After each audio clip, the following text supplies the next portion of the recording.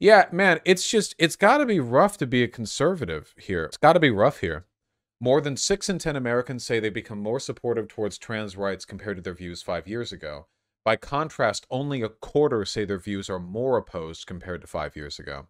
About 3/4 of Democrats report they become more supportive of trans rights in the last 5 years, compared to 64% of independents. And hey, this is critical, only 47% of Republicans. Nearly half of Republicans have still said they're more supportive of trans rights in the past 5 years. This was done in 2019, so it's not perfectly up to date, but representative, you know. Notably, increased support crosses ideological divides within the party.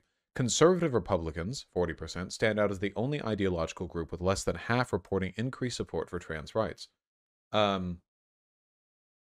Self-reported change by party and religious affiliation.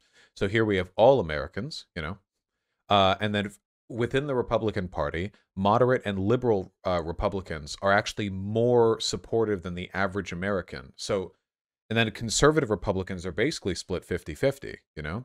With the independents, both the conservative and moderate or liberal independents are quite favorable towards trans people proportionally. And then, of course, for, you know, Democrats, you have the expected values here.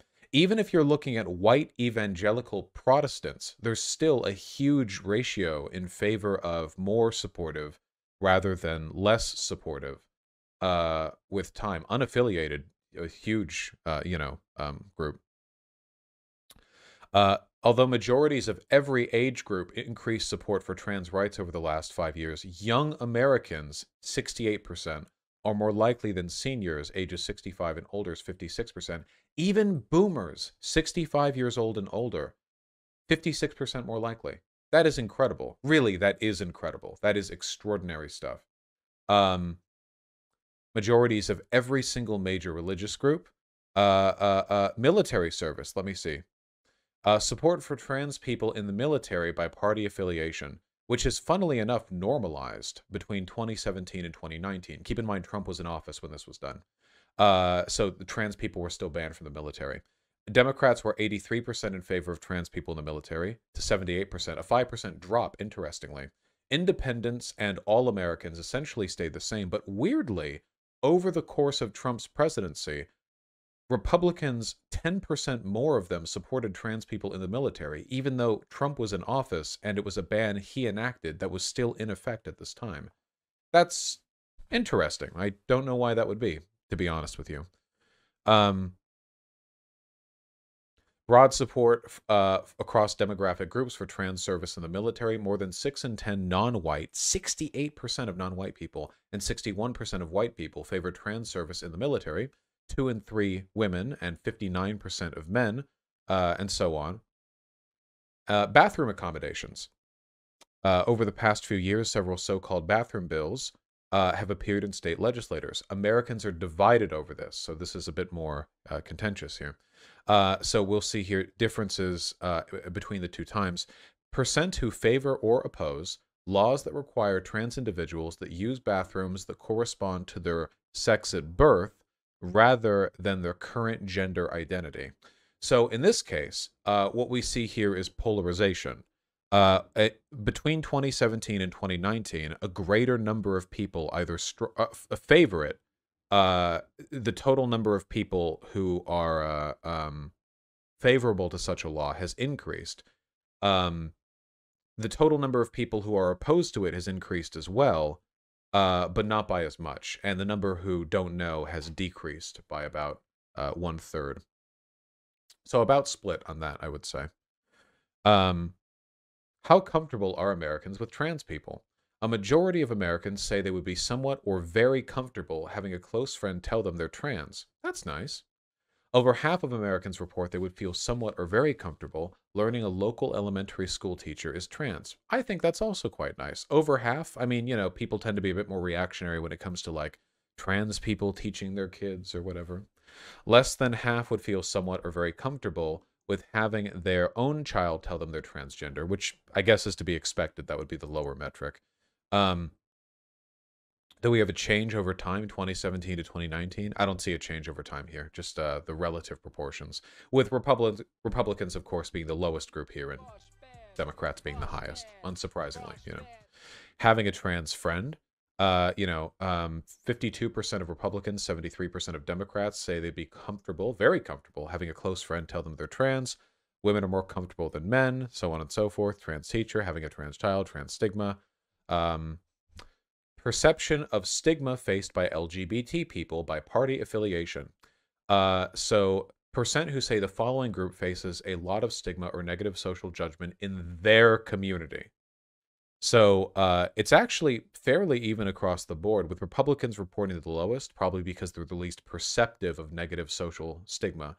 Um, but interestingly, Democrats and Republicans seem basically on par here. So yeah, that's mostly a perceptive thing, I think.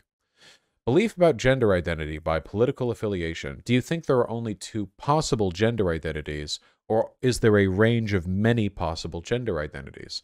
And if you take, all Americans, the majority think there are only two genders, and then, over here you have the range of genders. In Democrats, of course, you have, more this, and then Republicans, you have more that. Though interestingly, 24% of Republicans thinking there's a range of genders is more than I would have expected,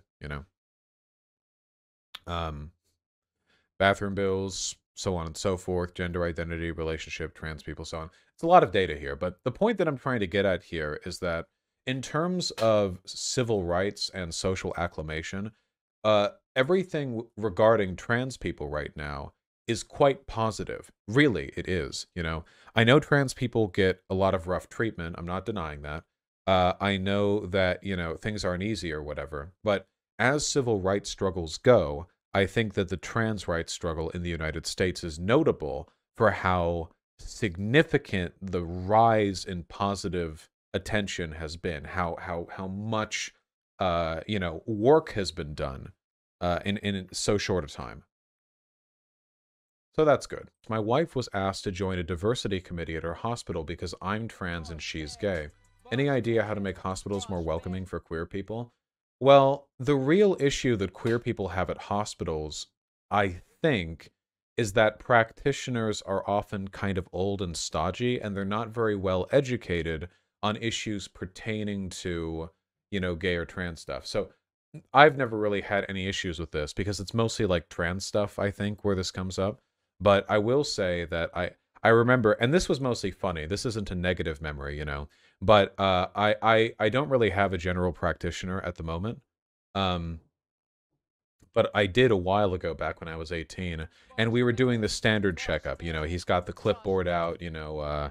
Are you having sexual relations with people? Sure, yeah. Is it with men or women? Both. And he looks at me, the guy, and he's like this 50-year-old dude, kind of handsome. Kind of like a DreamWorks face deal with him.